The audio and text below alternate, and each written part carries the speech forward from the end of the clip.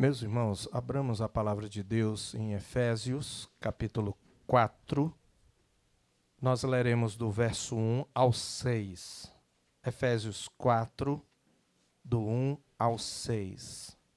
Lembrando, enquanto os irmãos acham a palavra de Deus, que o tema do nosso retiro é um exército de pacificadores. Nós vamos ter, vamos dizer assim, 3 blocos ao longo do retiro. E hoje, tanto pela manhã quanto à noite, nós abordaremos este texto. Teremos parte 1 e parte 2. Então, nós vamos falar do fundamento,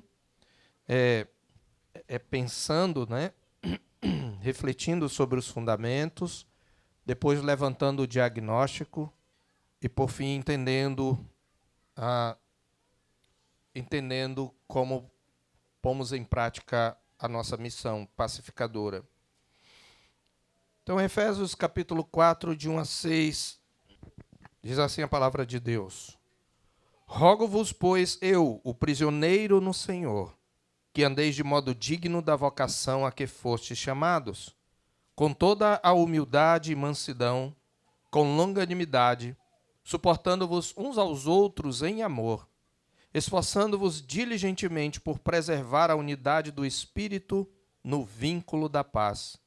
Há somente um corpo e um espírito, como também fostes chamados numa só esperança da vossa vocação. Há um só Senhor, uma só fé, um só batismo, um só Deus e Pai de todos, o qual é sobre todos, e age por meio de todos e está em todos. Vamos ler juntos o verso 3, por favor. Esforçando-vos diligentemente por preservar a unidade do Espírito no vínculo da paz. Primeiro, o que significa nos esforçar diligentemente? E segundo, por que devemos nos esforçar diligentemente para preservar a unidade do Espírito? O que Paulo está dizendo é esforçar-nos para promover a contínua pacificação. E como nós fazemos isto? É este o tema de todo o retiro. E nós escolhemos, de fato, começar daqui, porque, embora a palavra de Deus tenha muitos textos que falem sobre isso, eu entendo que não há lugar melhor, porque a Epístola aos Efésios é uma epístola eclesiológica, e a gente tem visto essa epístola em vários momentos, inclusive, eu acho que há 2 retiros, nós iniciamos falando um pouquinho sobre os capítulos 1 e 2 de Efésios, e depois fomos para o 4, mas olhando do 7 ao 16, e no ano passado nós abordamos esta epístola, mas com outra perspectiva, obviamente, alguns princípios nós vamos repetir aqui, mas agora nós queremos tratar com outra perspectiva. E para isso nós precisamos entender e relembrar do contexto. Esse capítulo 4 de Efésios é o que dá início à parte mais prática da epístola, quando Paulo vai instruir a igreja sobre como nós devemos viver à luz do que nós já somos em Cristo. Veja, como devemos viver à luz do que nós somos. E o apóstolo inicia essa sessão muito interessante, de uma maneira muito interessante. Ele começa com uma autoapresentação que é carregada de significado, que não é aleatória. Ele diz, rogo-vos, pois eu, o prisioneiro no Senhor. Ele usa aqui o que a gente chama de um aposto, que é uma expressão que explica, qualifica o sujeito. Eu sou o prisioneiro no Senhor. E tanto ela não é sem importância que Paulo havia dito isto no capítulo 3, mas antes como uma afirmação. Por esta causa eu, Paulo, sou o prisioneiro de Cristo Jesus, por amor de vós, gentios. Porque eu estou preso, não é por causa da maldade dos homens, embora ela possa ser uma das causas secundárias, não é porque o Império Romano é um império anticristão, não é porque nós estamos diante do mundo pagão, mas eu estou preso por causa de vocês, gentios.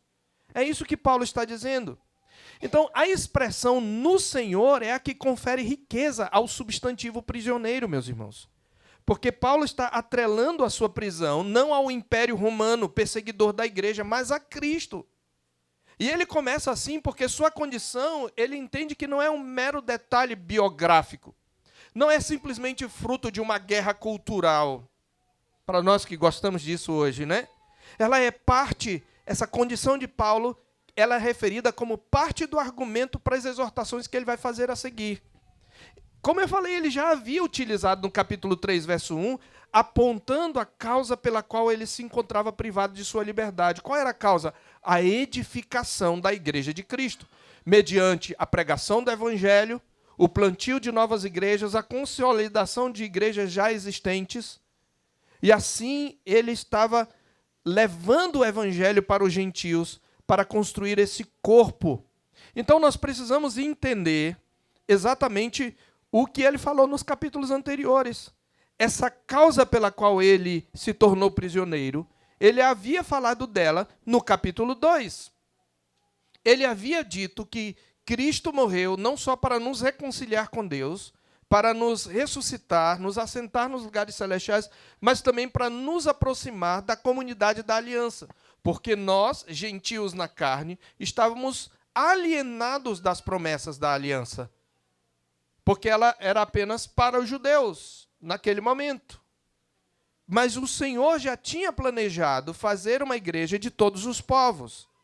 Então, nesse mesmo capítulo 3, por isso ele havia falado, ou no mesmo capítulo 3, ele havia falado do seu papel como ministro de Cristo aos gentios para anunciar a eles o mistério. Veja, ele diz, por esta causa, eu, Paulo, ele faz questão de se denominar, eu, Paulo, sou o prisioneiro de Cristo Jesus. Agora ele fala que ele é prisioneiro de Cristo, como se Cristo tivesse aprisionado.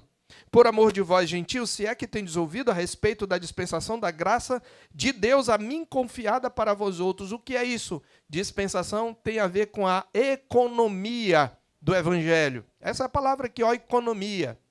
Então, ele está dizendo, Deus me conferiu uma porção da sua graça e me confiou para compartilhar com vocês, pregando o evangelho a vocês gentios. Pois, segundo uma revelação, me foi dado conhecer o mistério, conforme escrevi há pouco resumidamente, pelo que, quando ledes, podeis compreender o meu discernimento do mistério de Cristo. É assim que ele chama o evangelho, mistério de Cristo. Por que mistério? Porque em outras gerações ele não foi dado a conhecer dos filhos dos homens. Ele era conhecido apenas de Israel, mas agora foi revelado aos seus santos apóstolos e profetas no Espírito. E qual é o mistério? É isso que Paulo vai falar. De um lado, meus irmãos, o mistério é o próprio Cristo. Mas, de outro lado, Paulo resume o mistério do evangelho em termos eclesiológicos. Você entende a palavra eclesiológico? A eclesiologia é a parte da teologia que estuda a doutrina da igreja. O que é a igreja? Então, Paulo vai trazer da perspectiva do que é a igreja. Qual é o mistério? Ele diz, a saber, que os gentios são co-herdeiros, membros do mesmo corpo e coparticipantes da promessa em Cristo Jesus por meio do evangelho. Que esse evangelho que salva o pecador não é apenas para judeus. Os gentios também são co-herdeiros, eles vão herdar a mesma riqueza, a mesma salvação dos judeus. Isso para nós parece tão óbvio, porque nós já estamos acostumados. Mas isso não era óbvio para o judeu do primeiro século. Não naquela separação marcada que ele estabelecia entre si e os outros povos. Para um judeu mesmo ortodoxo, né, sobretudo os mais legalistas, o gentio não era gente, de fato. Ele era um povo imundo, um povo idólatra. Então, foi muito difícil para a igreja. A primeira controvérsia da fé tem a ver com a entrada dos gentios. Então, Paulo, que é judeu, está dizendo, olha, eu recebi de Deus uma graça, inclusive ele diz isso, a mim, o menor de todos os santos, verso 8, foi dada esta graça de pregar aos gentios o evangelho das insondáveis riquezas de Cristo. Cristo é o mistério, mas esse mistério de Cristo, ele desemboca na igreja, porque a igreja é o corpo de Cristo. a igreja está unida a Cristo, e esta igreja ela é composta de judeus e gentios. Então, para entender, irmãos, a riqueza da expressão, nós precisamos, então, trazer à luz o contexto anterior da Epístola aos Efésios, mais do que o capítulo 3. Você deve ter em mente, e os irmãos da terceira igreja já deveriam saber disso, porque eu já expus esse trecho várias vezes, expus toda a Epístola aos Efésios, talvez alguns aqui não estavam quando eu expus, mas os 3 primeiros capítulos da Epístola nos conduziram às alturas da graça soberana. Você lembra que no capítulo 1, o apóstolo havia falado da eleição graciosa, Deus nos escolheu antes da fundação do mundo para sermos santos e irrepreensíveis. Da predestinação, Ele nos predestinou, Ele nos elegeu em Cristo e Ele nos predestinou para Cristo. Ele havia falado da redenção, que é o resgate, que é a libertação da escravidão do pecado por um preço pago, e da remissão pelo sangue de Cristo. Tudo isso está no capítulo 1.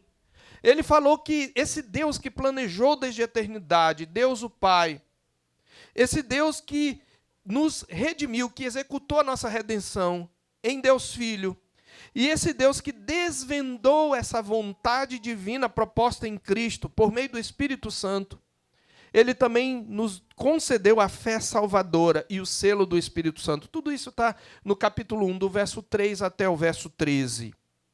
No capítulo 2, Paulo mostrou a depravação total. Nós estávamos completamente mortos em nossos delitos e pecados, sob 3 forças espirituais que nos aprisionavam de maneira que nós não podíamos nos libertar. O curso deste mundo, o príncipe da potestade do ar e a nossa própria natureza pecaminosa. E no capítulo 2, Paulo mostrou então a depravação total, a regeneração, ele nos ressuscitou com Cristo, a união vital com Cristo, porque o tempo todo ele vai falando que isso tudo aconteceu em Cristo e com Cristo. E a igreja é apresentada até o verso 10 como a obra-prima de Deus, porque somos feitura dele. A palavra grega é poema, que no grego significa mais do que um poema, significa uma obra de arte, qualquer obra de arte. A igreja é apresentada como obra-prima de Deus, criada em Cristo para as boas obras e chamada a manifestar a glória divina. E na segunda parte desse capítulo 2, observe do verso 11 em diante, nós temos a reconciliação dos gentios. Depois da sua reconciliação com Deus, o Senhor Jesus, pela sua obra, promoveu a reconciliação dos gentios também com a comunidade da aliança. Foi uma reconciliação não só na dimensão vertical, mas também na dimensão horizontal. E essa reconciliação foi operada também pela cruz de Cristo. Veja dos versos 11 a 22. Ele diz, portanto, vós, gentios na carne, vós que ereis chamados incircuncisão por aqueles que se intitulam circuncisos pelas mãos humanas, vocês estavam alienados da promessa, estranhos às alianças, vocês estavam totalmente separados da comunidade de Israel.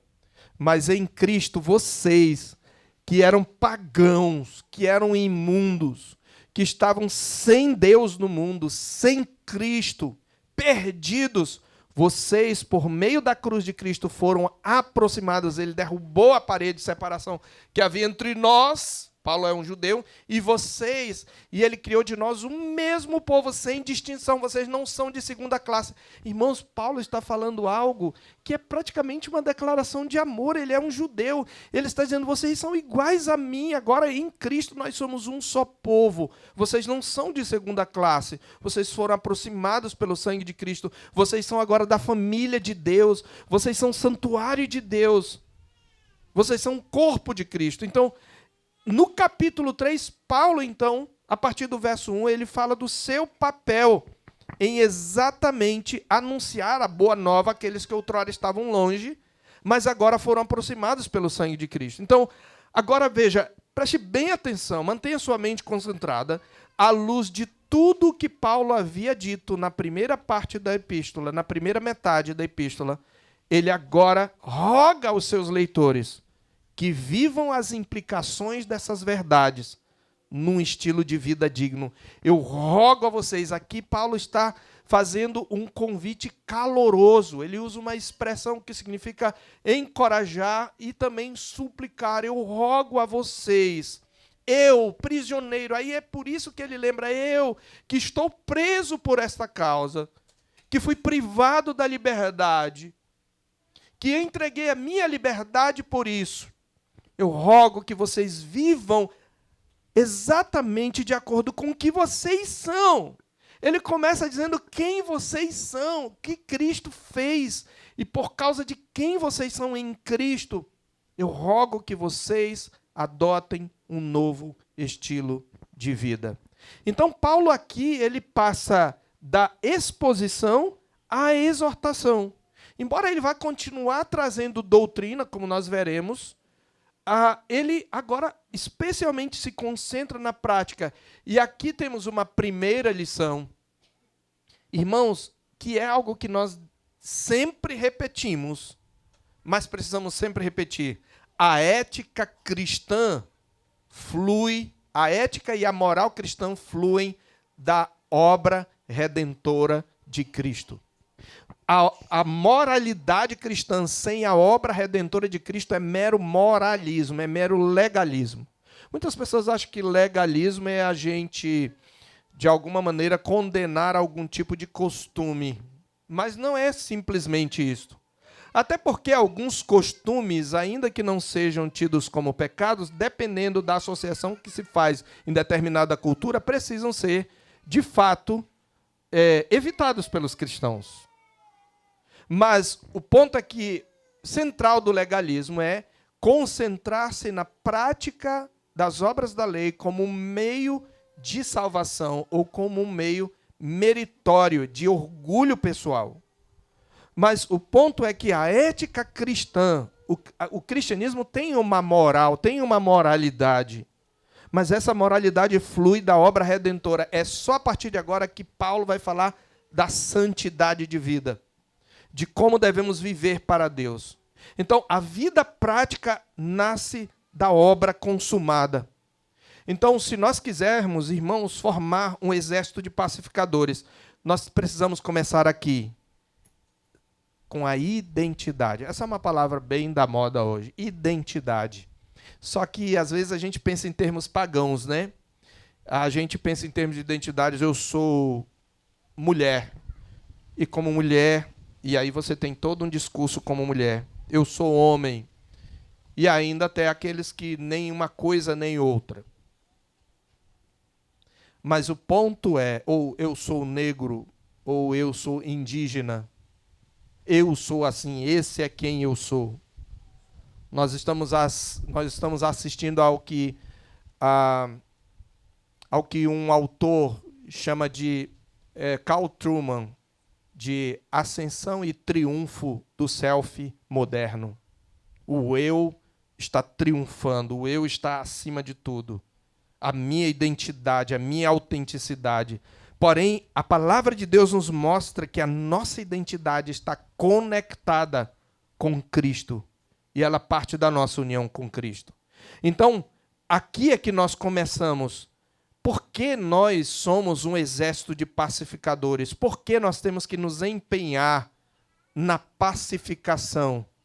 Não só na pacificação no mundo, que ocorre através para nós do Evangelho, mas na pacificação entre nós, por causa de quem nós somos em Cristo. Então eu quero, nesta manhã, tratar da primeira parte dos fundamentos da missão pacificadora, pensando na nossa identidade e na nossa vocação. Esses são os dois grandes pontos, quem nós somos e para que fomos chamados. E é isso que Paulo vai tratar aqui. Ele diz, rogo-vos, pois eu, prisioneiro no Senhor, que andeis de modo digno da vossa vocação, do seu chamado, da sua missão, da vocação a que fostes chamados. Então é isto, identidade e vocação, são as duas palavras-chave da nossa mensagem hoje, elas estabelecem uma parte do fundamento da missão pacificadora. E para entendermos antes a nossa identidade, eu quero voltar de novo a esse termo que Paulo usa para si. Porque, embora ele use para si, e isso de alguma maneira se aplique apenas a Paulo enquanto apóstolo aos gentios, mas, num outro sentido, se aplica a todo crente. Lembre, Paulo se apresenta como prisioneiro no Senhor. Ele está querendo dizer que ele está preso por causa do evangelho que ele havia ensinado nos capítulos 1 a 3. De modo particular, ele está preso por causa da inclusão dos gentios no mesmo corpo que os judeus. Ele anunciou que o muro caiu, versos 14 a 18 do capítulo 2. O muro de separação caiu. A parede de separação foi demolida. E quando Paulo usa esse termo, que o muro de separação caiu, você pode conferir aí, capítulo 2, 14 a 18.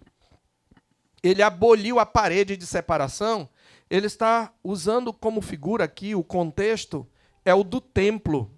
Na época de Paulo, o último templo de pé, que é o templo reconstruído por Herodes, havia uma separação que no templo de Salomão não havia. No templo de Salomão, e antes no tabernáculo, era o átrio, onde todo crente chegava, até o altar do holocausto, onde ele põe a mão no animal, era imolado e o animal era sacrificado pelo sacerdote. Depois você tinha o altar do holocausto, se aproximando do santuário, você tinha a bacia de lavar, que os sacerdotes se lavavam antes de entrar no santuário. E só os sacerdotes podiam entrar no santuário, que era aquele primeiro compartimento, tanto do tabernáculo como do templo. Mas havia o lugar mais santo, que era o santíssimo lugar, o santo dos santos, onde só o sumo sacerdote adentrava uma vez por ano para oferecer o sangue sobre o propiciatório no dia da expiação. A palavra de Deus diz que nós, na nova aliança, aquele templo foi derrubado. Só que só tinha esses compartimentos. Mas no período de Cristo, nos tempos de Jesus, eles estabeleceram no átrio de todas as pessoas, onde todas as pessoas poderiam entrar, eles estabeleceram uma divisão. E quanto mais perto do santuário, mais santo. Então, o primeiro átrio ou pátio era o pátio dos gentios. Os gentios, que eram prosélitos ou que eram tementes a Deus, que vinham para adorar, poderiam entrar até aquele local, mas eles não podiam passar mais para frente, embora o átrio todo fosse originalmente para todo mundo. E pior, nem os gentios podiam entrar, porque eles criaram uma feira ali de cambistas. Foi ali que Jesus entrou, quando diz que ele entrou no templo, é naquele átrio que ele expulsa os cambistas, porque eles ali estão a vender animais para o sacrifício, estão a cambiar moeda, porque os que vinham de fora, os helenistas, traziam moeda estrangeira, era considerado imunda, tinha que transformar, tinha que trocar por shekel, que era a moeda israelita, a moeda judaica. Então, nem havia muito lugar para os gentios. Depois dos gentios, tinham as mulheres, que ficavam ali no outro pátio com as crianças, porque as mulheres aqui cuidavam mais das crianças. Depois os homens, ou seja, como se os homens estivessem mais próximos da santidade. E aí, de lá para frente, só sacerdotes e depois o sumo sacerdote. Então, esses biombos que separavam, Paulo está dizendo, Cristo derrubou tudo isso. Ele derrubou a parede de separação. Então, preste bem atenção nesse conceito.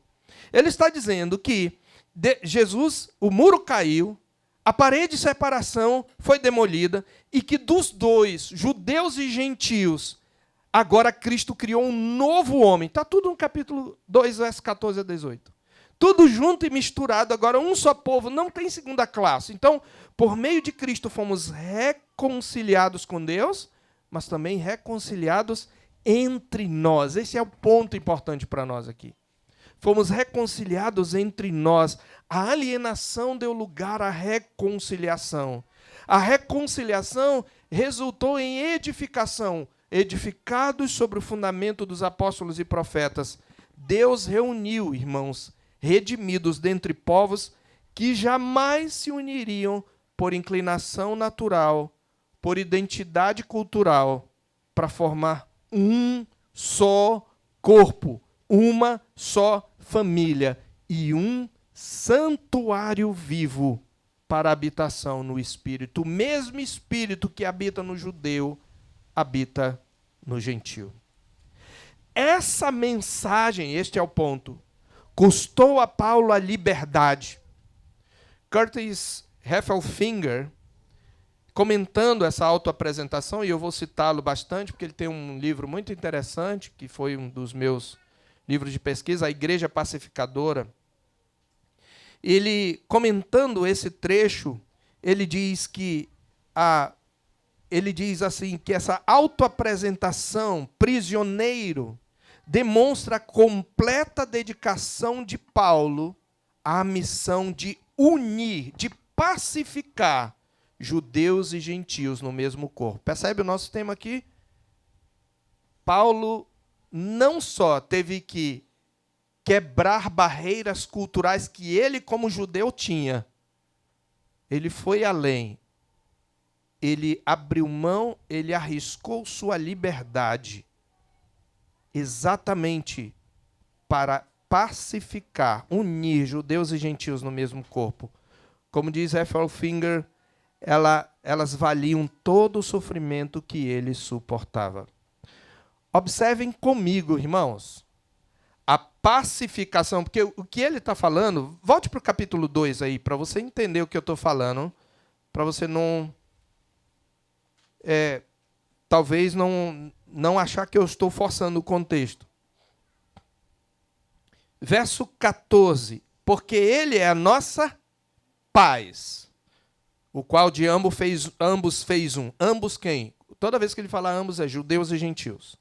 E tendo derribado a separação, a parede da separação que estava no meio, a inimizade, ou seja, pacificação é derrubar a inimizade.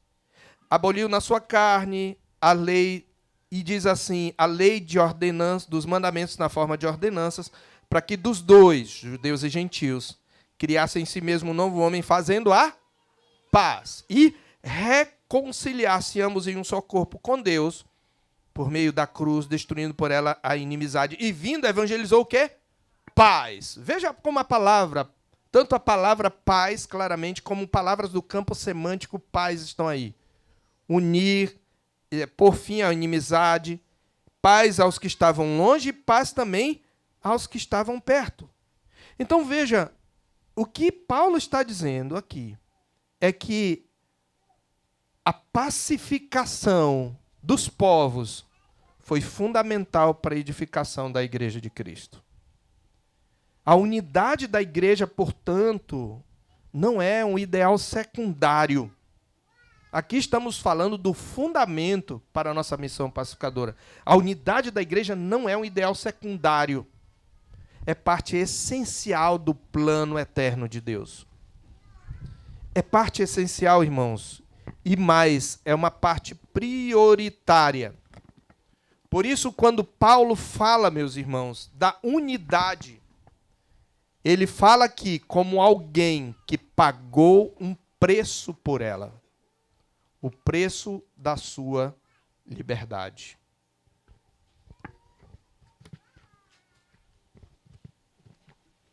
A pergunta que eu faço é: até que ponto você está disposto a ir para manter a paz na comunidade?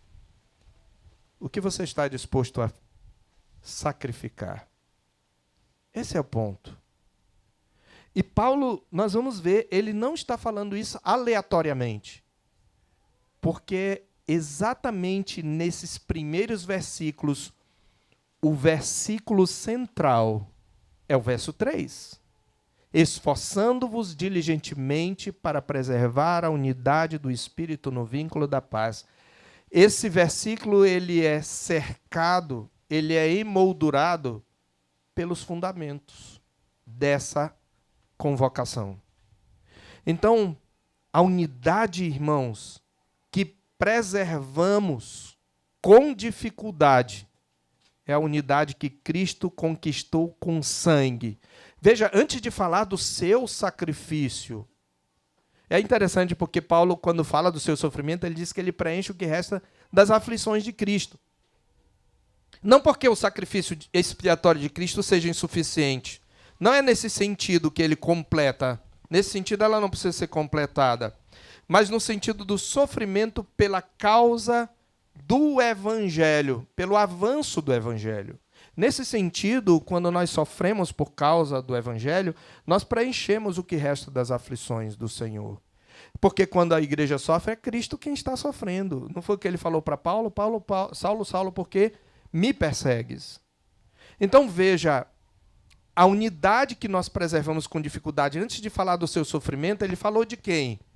Ele falou de Jesus. Jesus, a paz custou o sangue da sua cruz. Foi pelo sangue da sua cruz que ele promoveu a paz. Então, ele está só refletindo, ainda palidamente, aquilo que Cristo já fez. Ele está apontando para Cristo. Então, veja, a unidade que nós preservamos com dificuldade é a unidade que Cristo conquistou com seu sangue e que Paulo defendeu com correntes. Então, prisioneiro no Senhor não fala só de Paulo. Prisioneiro do Senhor fala de nós também. Prisioneiro no Senhor é parte da nossa identidade. Nós fomos tomados cativos de Jesus. Nós estamos atrelados a Jesus até o fim, até a eternidade. Se nós somos de Cristo, nada nos separará do seu amor. Então, isto significa que nós também precisamos estar dispostos a pagar o preço que for para preservar. Não é para construir unidade, ela já existe, a igreja é una, essa é uma das características. Ela é una, ela é santa, ela é universal, ou católica no sentido restrito do termo, e é apostólica. Essas são as 4 características da igreja. Então, depois de falar da identidade, dando um exemplo pessoal, eu estou disposto ao ponto de ser prisioneiro, e vocês também devem ser isso. Ele, então, em segundo lugar, vai falar da grandiosidade da nossa vocação. Ele diz, rogo-vos, pois eu, prisioneiro no Senhor, segunda parte do versículo, que andeis de modo digno da vossa vocação. Esse termo digno, irmãos, pressupõe a grandeza do nosso chamado. Quando você diz, olha, você está digno de um príncipe, você está se vestindo, sua roupa é digna de uma princesa. Sempre quando nós falamos digno, nós estamos falando de alguma coisa que é muito elevada, né? Mesmo quando é negativo, eu não sou digno disso. Então, a palavra digno já pressupõe a grandeza do nosso chamado como motivação da conduta. E para que nós somos chamados? Voltemos para o capítulo 2. Nós somos chamados para ser um corpo. Aqui está a nossa identidade de fato. Nós, juntos, somos o corpo de Cristo. Capítulo 1, 23. Paulo já havia falado isso. Ele havia falado de como nós precisamos orar para que os olhos do nosso coração sejam iluminados e nós possamos compreender qual é a esperança da nossa vocação, do nosso chamamento. O chamamento lá é a mesma palavra vocação aqui, que são sinônimos. A esperança que há no fato de termos sido chamados por Deus. Nós devemos orar para que Deus ilumine os olhos do nosso coração para também compreendermos a riqueza da glória, da herança de Deus entre os santos, da sua herança, a herança de Deus. Nós somos herança de Deus, Ele nos deu para Cristo. Nós somos herança, Deus nos deu. Lembra que Jesus, quando ora, aqueles que tu me deste, aqueles que meu Pai me deu, diz ele em João 6, e também em João 17, orando ao Pai, ele diz, aqueles que tu me deste, nós somos herança de Cristo. Então, nós somos chamados de um corpo. Aí ele diz que nós devemos ter os olhos iluminados para conhecer a grandeza do poder de Deus. Você pode ler, acho que está ali a partir do verso 18 e 19 do capítulo 1.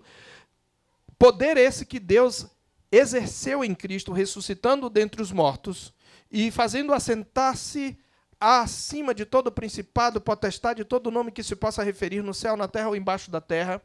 E diz que para ser o cabeça sobre todas as coisas.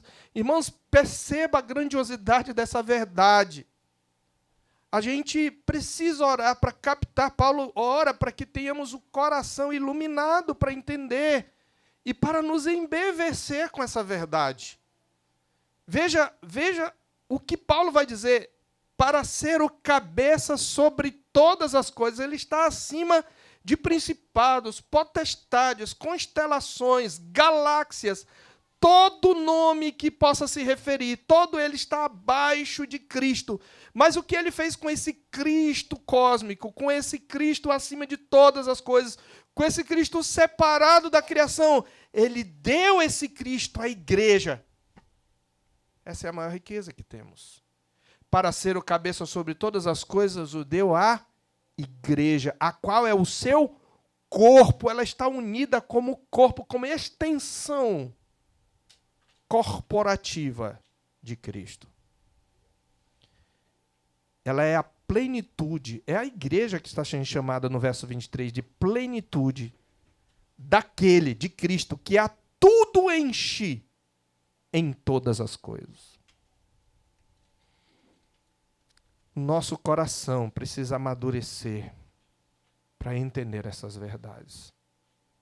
Porque se nós tivermos um mínimo de senso, a nossa reação deveria ser cair no chão, nos prostrar e adorar.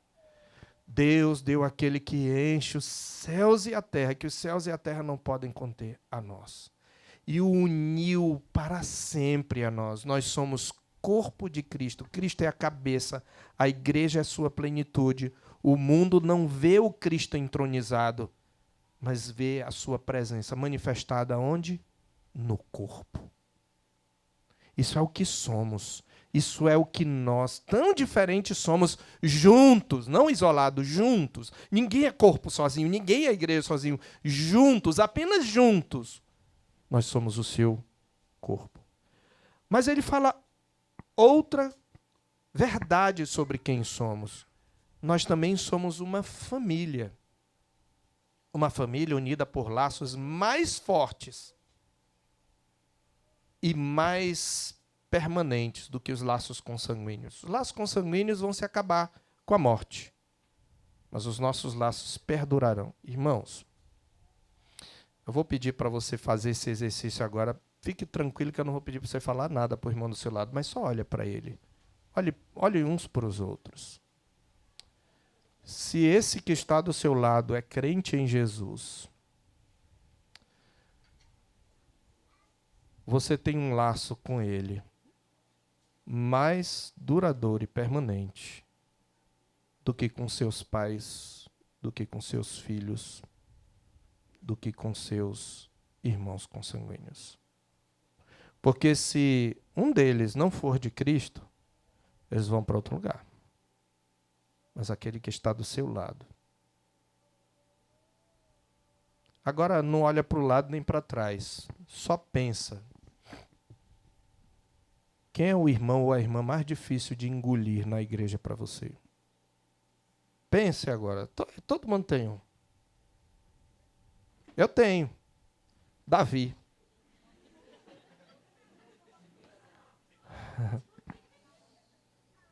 Mas pense agora. Pense em irmãos que você tem. Não, pastor, eu suporto em amor, mas é difícil. Pense agora. Você foi tornado um só corpo e você está mais ligado a esse irmão, a essa irmã, do que aos seus parentes consanguíneos. Porque nós somos uma família. Agora já não sois estrangeiros e peregrinos, ele diz no capítulo 2, 19, mas sois concidadãos dos santos e sois da família de Deus. Essa é a nossa identidade. Prisioneiro faz parte da identidade, é a ideia que eu estou atrelado, cativo de Cristo. E por isso eu preciso estar disposto a pagar o preço. Mas, na essência, o que nós somos em termos de identidade é um corpo, o corpo de Cristo. E um dado interessante aqui, em termos teológicos e exegéticos, é que a Epístola aos Efésios é a que usa a palavra corpo de maneira mais rica. Sabe por quê? Porque quando em Romanos 12 Paulo fala, assim como em um só corpo, temos muitos membros e nem todos os membros têm a mesma função, ele está usando um símile. Ele está comparando a igreja a um corpo humano. Tá? E quando ele fala em 1 aos Coríntios também, ele fala, assim como o corpo tem muitos membros e tal, exceto no no versículo 13 do capítulo 12, 1 Coríntios, que ele diz que nós fomos batizados em um só corpo. Aí ele usa no mesmo sentido de Efésios. Aqui não é uma metáfora. Não é uma metáfora. Aqui ele está falando de uma realidade. A igreja é um corpo, é o corpo místico de Cristo. Ela é um corpo espiritual. Ela é um organismo vivo. Então não é apenas metáfora. Certo? Eu não gosto de usar esse termo exegético, esse texto aqui, exegeticamente usando o termo corpo como metáfora, porque ele não é metáfora. Ela é, de fato, o corpo de Cristo. Então, veja, nós somos um corpo, nós somos uma família, mas não é só isso. Nós também fomos chamados para ser um santuário. Verso 20 a 22 do capítulo 2, ele diz que nós somos edificados, veja, no qual, juntamente, ele diz no verso 20 que nós não só somos a família de Deus, mas ele implicitamente fala de uma construção, porque no verso 20 ele muda a figura, edificados sobre o fundamento dos apóstolos e profetas, sendo ele mesmo, Cristo Jesus, a pedra angular, usando a metáfora de uma construção, no qual todo o edifício bem ajustado cresce para santuário dedicado a quem? Preste bem atenção, porque isso aqui é importante para a pacificação. Você vive para ser dedicado, você foi dedicado a Deus. Esse é um dos sentidos de santo. Você foi consagrado a Deus, e você vive para agradar a Deus. Para agradar. O mundo hoje fala muito de autoexpressão. Eu tenho que agradar a mim mesmo. Não tente agradar os outros, agrade a si mesmo. Mas ele está dizendo que nós fomos dedicados ao Senhor, no qual vós também, quando ele diz, veja, no qual também vós, ele está dizendo, vocês, gentios, estão sendo edificados para ser habitados por Deus no Espírito. Então, essa é a essência da nossa identidade, irmãos, segundo este texto. Nós somos um corpo, nós somos uma família, nós somos um santuário. Agora, observem que essa identidade é corporativa. A salvação nos insere num povo, numa comunidade. Esse chamado é gracioso e eficaz. Nós estávamos mortos, escravizados e condenados, mas pela misericórdia soberana, Deus nos deu vida e nos uniu a Cristo para sempre. Pela mesma graça que Ele nos uniu a Cristo, Ele nos uniu uns aos outros. As duas verdades não podem ser separadas, irmãos. Às vezes a gente usa uma frase e a gente tem a sutileza, o nosso coração tem a sutileza de usar as frases de maneira dúbia. A gente deturpa a frase. Olha, pastor, olha, eu não vou por causa do homem para a igreja, eu vou por causa de Deus. Geralmente fala as pessoas que estão magoadas com alguém na igreja. Não. Eu até pensei isso aí, mas eu não estou indo por causa de pessoas, eu estou indo por causa de Deus. Deixa eu falar uma coisa para você. Eu estou indo por causa de Cristo. Você tem que ir para a igreja por causa de Cristo e por causa dos irmãos. Você não tem como separar, é corpo de Cristo. Entende? Claro que o que nós não devemos ter é temor de homens. Nós também devemos lembrar que nós estamos numa comunidade de pecadores, nós temos que olhar para Cristo como nosso alvo. É nesse sentido apenas, mas diz, não, pastor, olha, eu vou para adorar a Deus, sabe? Eu não vou para... Eu fico muito preocupado quando alguém fala isso num contexto de mágoa, porque ele está dizendo, eu isolei todo mundo e eu vou lá, eu e Deus. Não tem aqui. Irmãos, não tem isso. Isso é incoerente. Porque se eu não amo ao meu irmão a quem vejo, como eu posso amar a Deus a quem não vejo? É João quem diz isso. Não tem como você pensar, eu estou em Cristo, e não pensar, eu sou do meu irmão e o meu irmão é meu. Porque Cristo está nele. Você entende? Você entende como isso é o fundamento do ministério de pacificação? Pela mesma graça que Deus nos uniu a Cristo, Paulo, na segunda parte do capítulo 2, diz que nós fomos unidos uns aos outros. Portanto, viver dignamente não significa cultivar espiritualidade isolada. Significa viver coerentemente com essa nova identidade, que é uma identidade corporativa.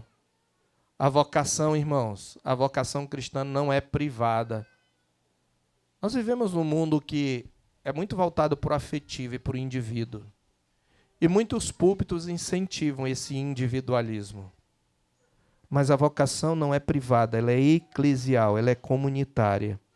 E aí, na sequência, em terceiro lugar, Paulo fala do caráter digno desse viver à altura. Em que ele consiste? Aqui eu vou passar um pouco mais rápido, porque nós vimos isto no ano passado. Nós falamos sobre os pré-requisitos para uma cultura de cuidado. E nós abordamos o que eu vou falar agora, mas eu vou falar resumidamente para os irmãos lembrarem.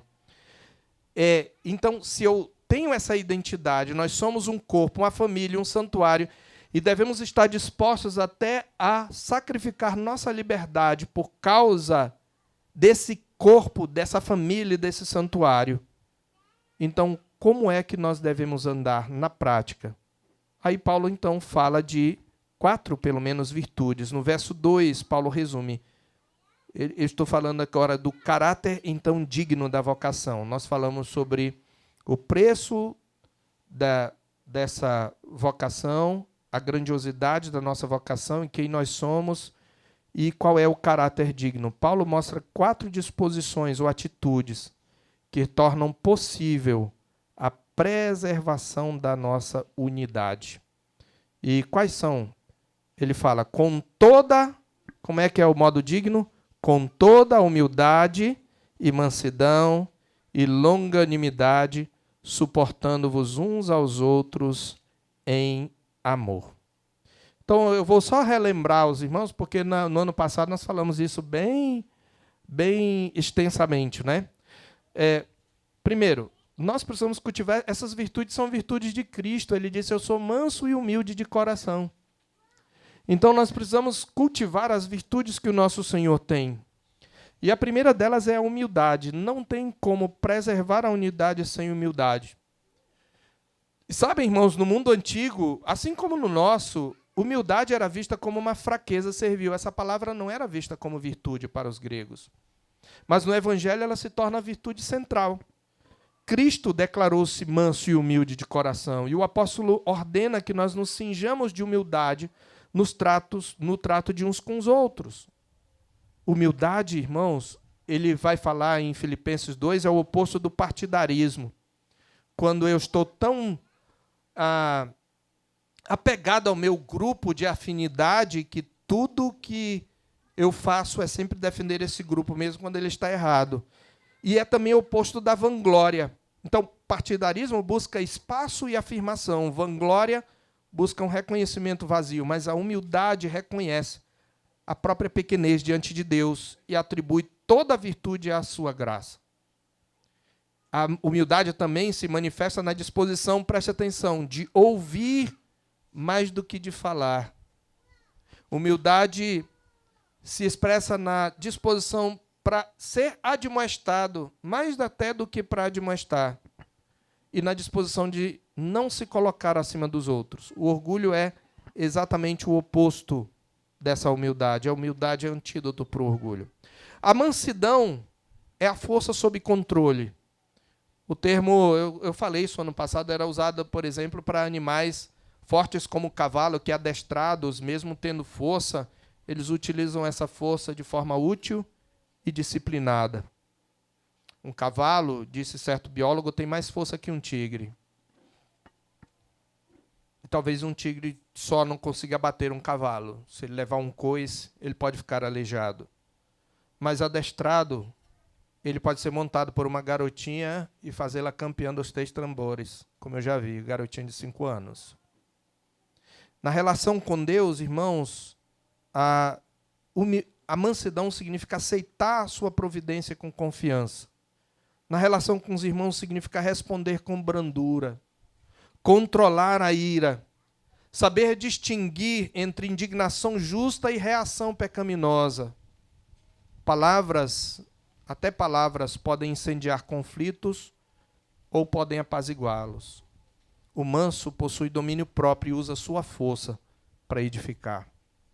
Longanimidade, por sua vez, é o ânimo longo, é a paciência que demora para explodir, que suporta as ofensas sem ceder à vingança ou ao desânimo. É a capacidade de manter a esperança na ação transformadora de Deus sobre o outro. Ela se aplica à longanimidade em relação a Deus também. Quando nós esperamos a aparente demora de Deus, nós esperamos nela sem acusá-lo. Aplica-se também à relação conosco, quando não nos rendemos ao desânimo, e aplica-se aos outros, quando não desistimos deles. E o suportar uns aos outros é a virtude da tolerância. E, irmãos, essa palavra suportar, ela envolve carregar um peso real. E por que nós precisamos suportar uns aos outros? Porque nossa convivência ela gera desconfortos. Pecadores redimidos ainda possuem fraqueza. Então, o verbo aponta para a tolerância ativa, modelada pela tolerância divina.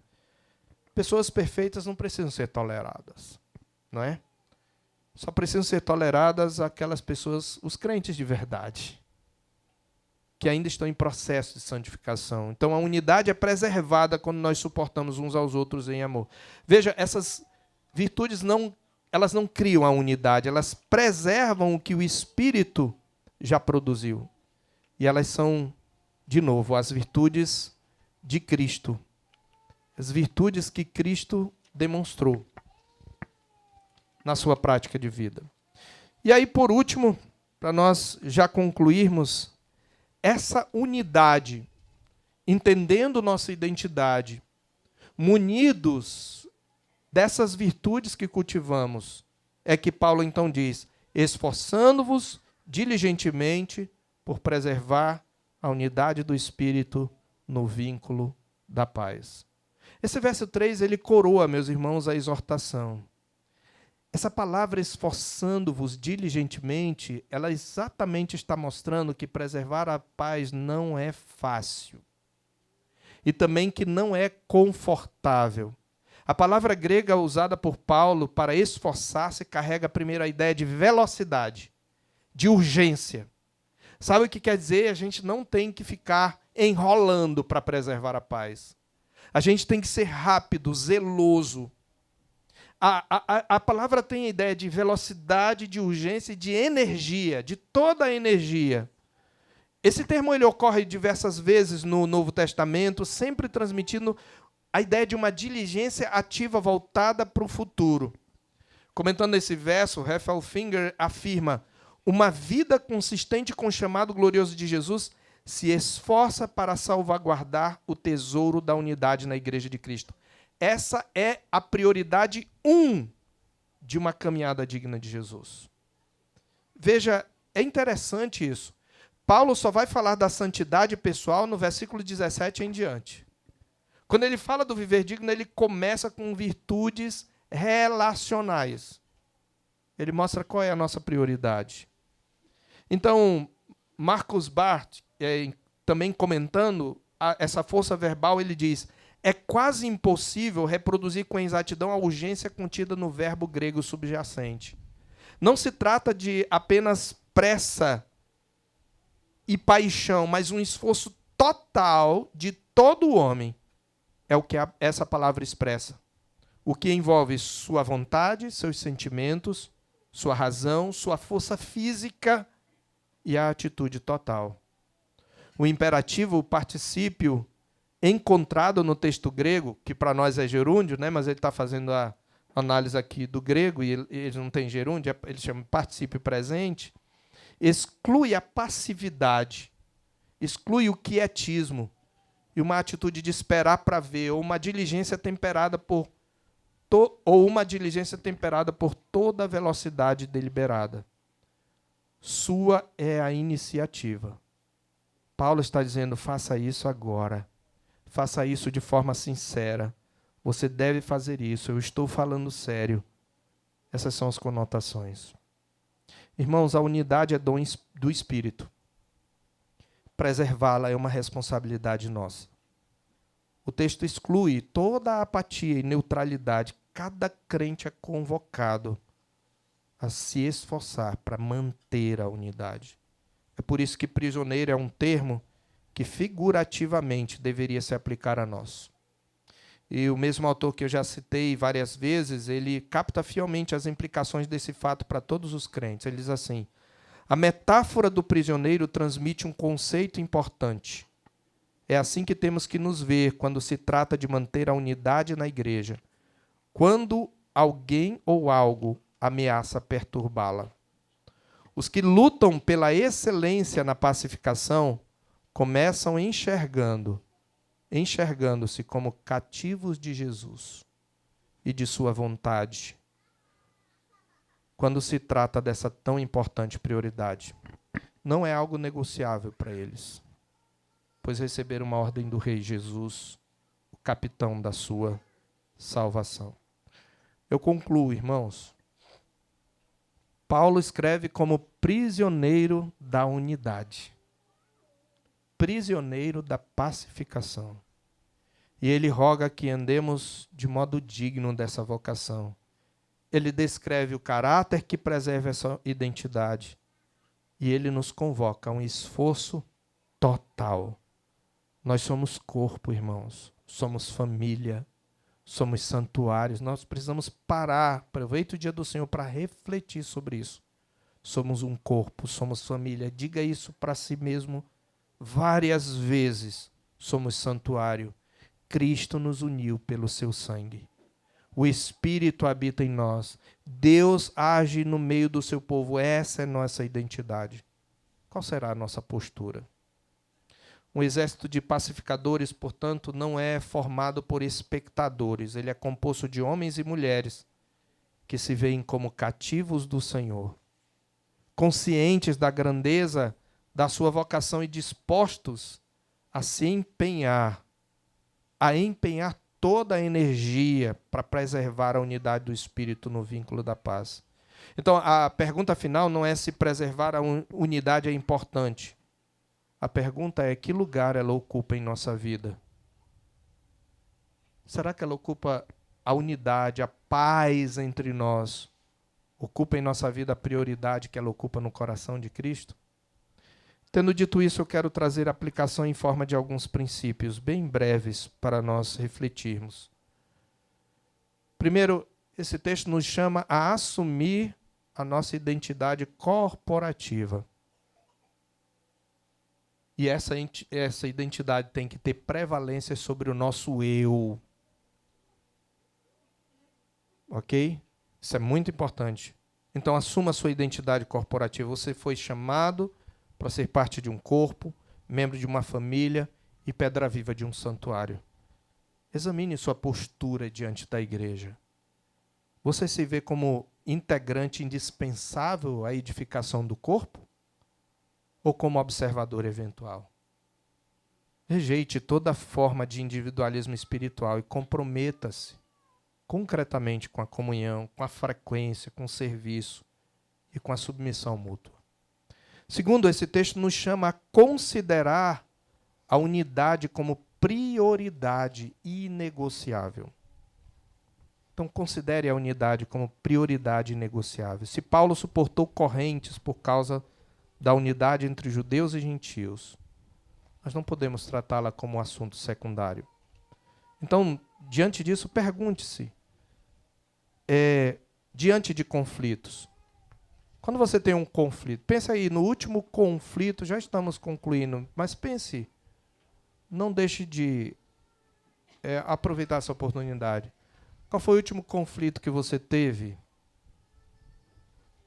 na igreja? Ou talvez você esteja num... Pergunte-se, nesse conflito eu estou defendendo a glória de Cristo no seu corpo ou apenas o meu ponto de vista? Decida antecipadamente que preservar a unidade será mais importante do que vencer discussões. A pacificação, irmãos, é mais importante do que estar certo. Presta atenção nisso. A pacificação é mais importante do que estar certo. Terceiro, Somos chamados a cultivar intencionalmente as virtudes de Cristo. Essas coisas, humildade, mansidão, longanimidade, tolerância, elas não surgem automaticamente, espontaneamente. Elas devem ser buscadas em oração, exercitadas em relações concretas e avaliadas à luz das Escrituras. Então, identifique, irmão, faça isso hoje, identifique áreas específicas em que o seu orgulho, a sua impaciência, ou talvez a dureza das suas palavras tem fragilizado vínculos. E trate-as como pecados que ameaçam a paz da igreja. Quarto lugar, somos chamados a responder aos conflitos com urgência espiritual. O verbo esforçando-vos exclui a procrastinação, o adiamento da reconciliação. Quanto tempo você adia? Talvez você tenha um caso que você esteja adiando há muito. Talvez você até já tenha dito assim, eu não estou mais com raiva, mas você nunca fez o outro saber. Você fez saber quando estava. Ou pela explosão, ou pelo desprezo, o afastamento, o silêncio. Mas você precisa ser diligente, não para mostrar que você está zangado, você tem que ser diligente para perdoar. E tem que ser explícito, não implícito. Então você precisa cultivar, responder com urgência. Irmão, não adie as reconciliações. Não adie mais. Não adie mais.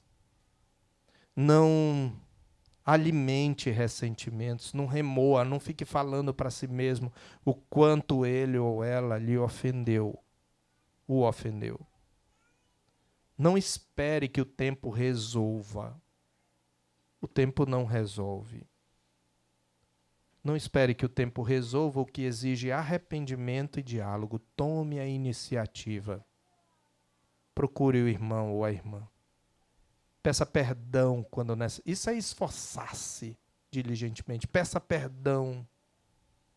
A diligência na pacificação é parte do seu chamado. E por último, esse texto nos chama a nos ver como cativos da vontade de Cristo.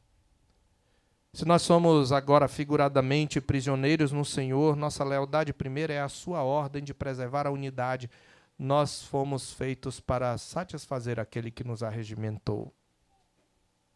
Isso exige disciplina do coração, domínio da língua, disposição para sofrer prejuízos pessoais em favor da paz. Então pergunte-se, minhas reações revelam alguém livre para defender a si mesmo ou alguém cativo do rei, comprometido com a glória dele na sua igreja? Eu quero então, meus irmãos, que nós meditemos durante o dia de hoje. À noite nós continuaremos nesse texto na sua sequência, se Deus quiser. Que o Senhor nos conceda graça para que a identidade que professamos, que temos, se traduza numa vocação vivida.